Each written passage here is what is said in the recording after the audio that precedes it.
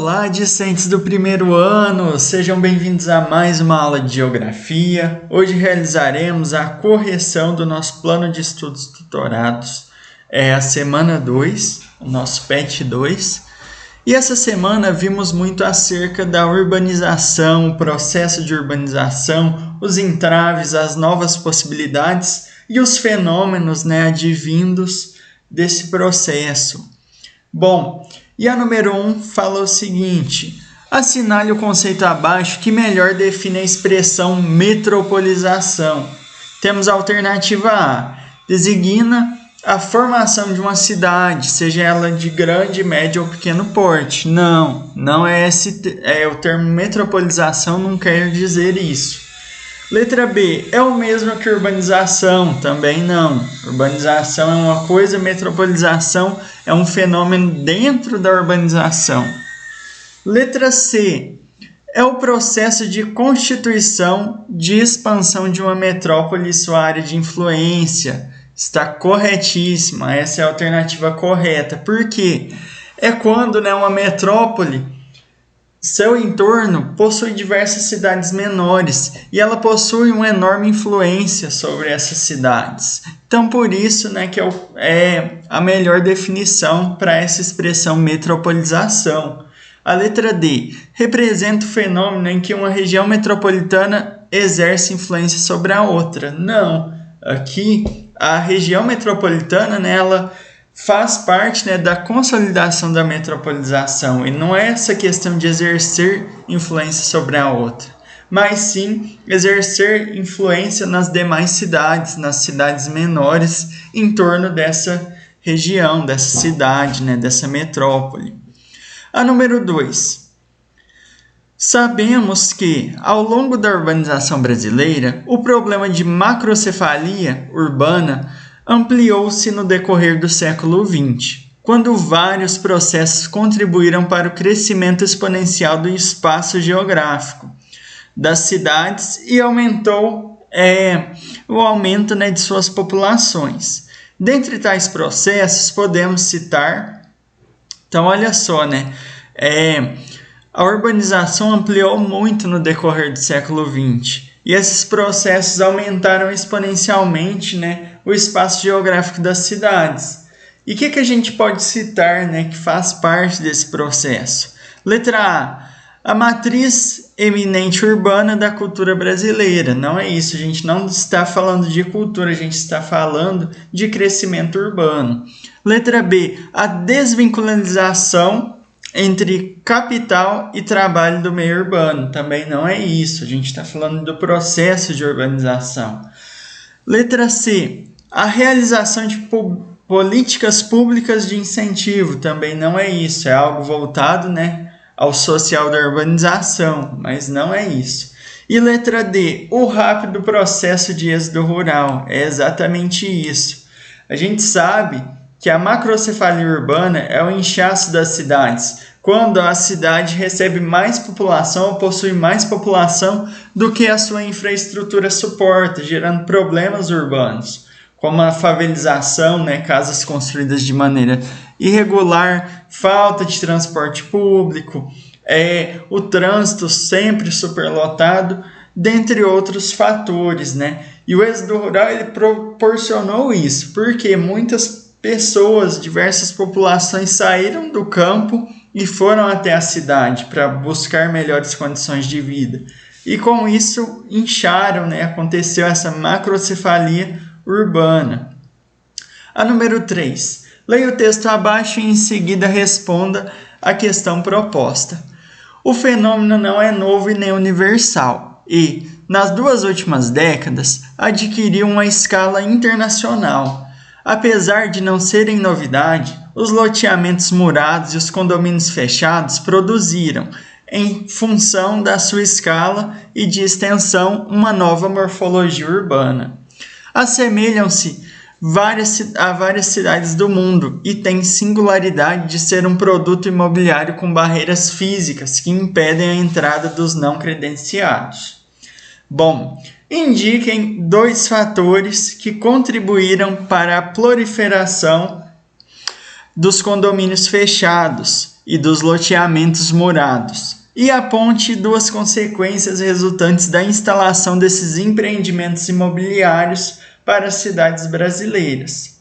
Bom, entre as causas, do surgimento dos condomínios fechados ou morados, a principal questão que a gente pode apontar pode ser a concentração de renda das classes dominantes, que no condomínio morado pretende isolar-se das demais classes da população. Então a pessoa tem um alto poder aquisitivo e ela quer ficar ali em uma região isolada das demais classes. E ao mesmo tempo também tem aquele temor por segurança, a necessidade de proteger o seu patrimônio. E também a exclusividade de alguns serviços de bem-estar que os mais ricos desejam usufruir, poderia incluir entre essas questões da causa de isolamentos. Porque um condomínio fechado ele fornece segurança, ele fornece lazer, tem quadra, academia, piscinas. E além disso, você está em uma região privilegiada, onde você possui mais formas, de utilizar o seu espaço ali. Então, essas são as causas, esses são os problemas, Esses são os apontamentos que rondam essa questão dos loteamentos, dos condomínios fechados. Bom, bora para número 4. No Brasil, em decorrência do processo de urbanização, verificou-se uma intensa metropolização, da qual resulta. Bom, então vamos lá. Letra A. Cidades médias que industrializam após a abertura econômica da década de 1990, como Campinas e Ouro Preto. Não é isso, a gente não está falando de cidades médias, estamos falando de cidades um pouco maiores. Letra B. Metrópoles nacionais, sedes do poder econômico e político do país, como São Paulo, Brasília e Rio de Janeiro.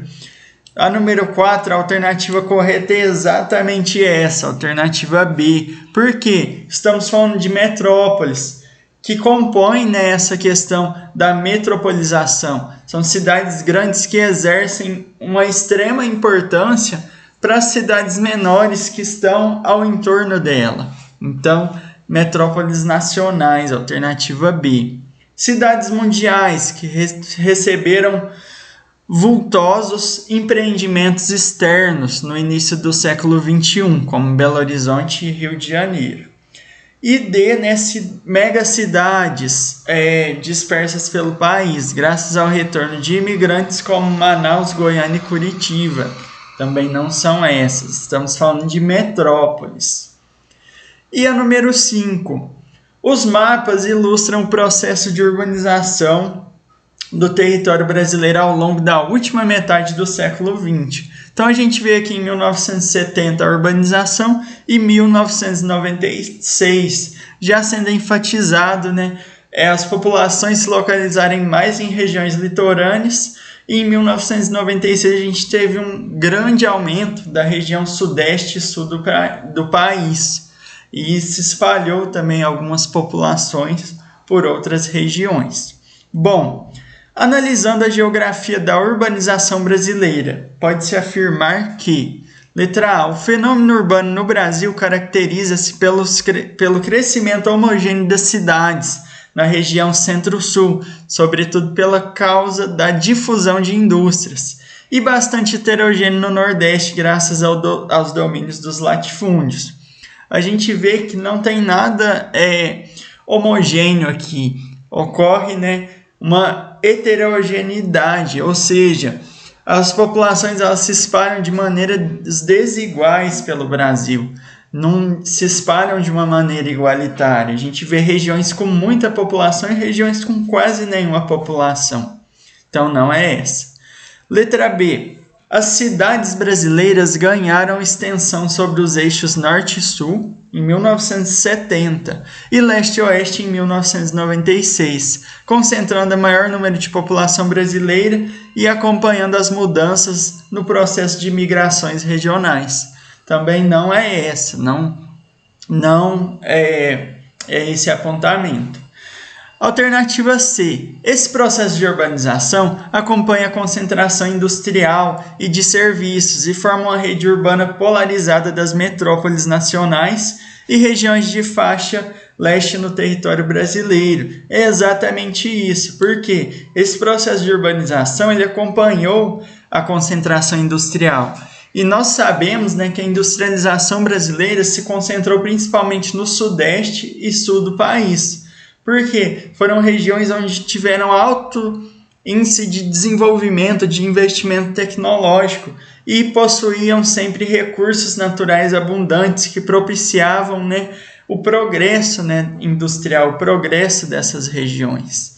E a alternativa D, a urbanização das regiões agrícolas marca uma mudança no eixo da urbanização, pois seu crescimento econômico é responsável pela atual interiorização da concentração de cidades, em detrimento às concentrações urbanas tradicionais. Também não é essa. Então, galerinha, muito obrigado pela atenção de vocês. Até a nossa próxima aula. Tchau, tchau!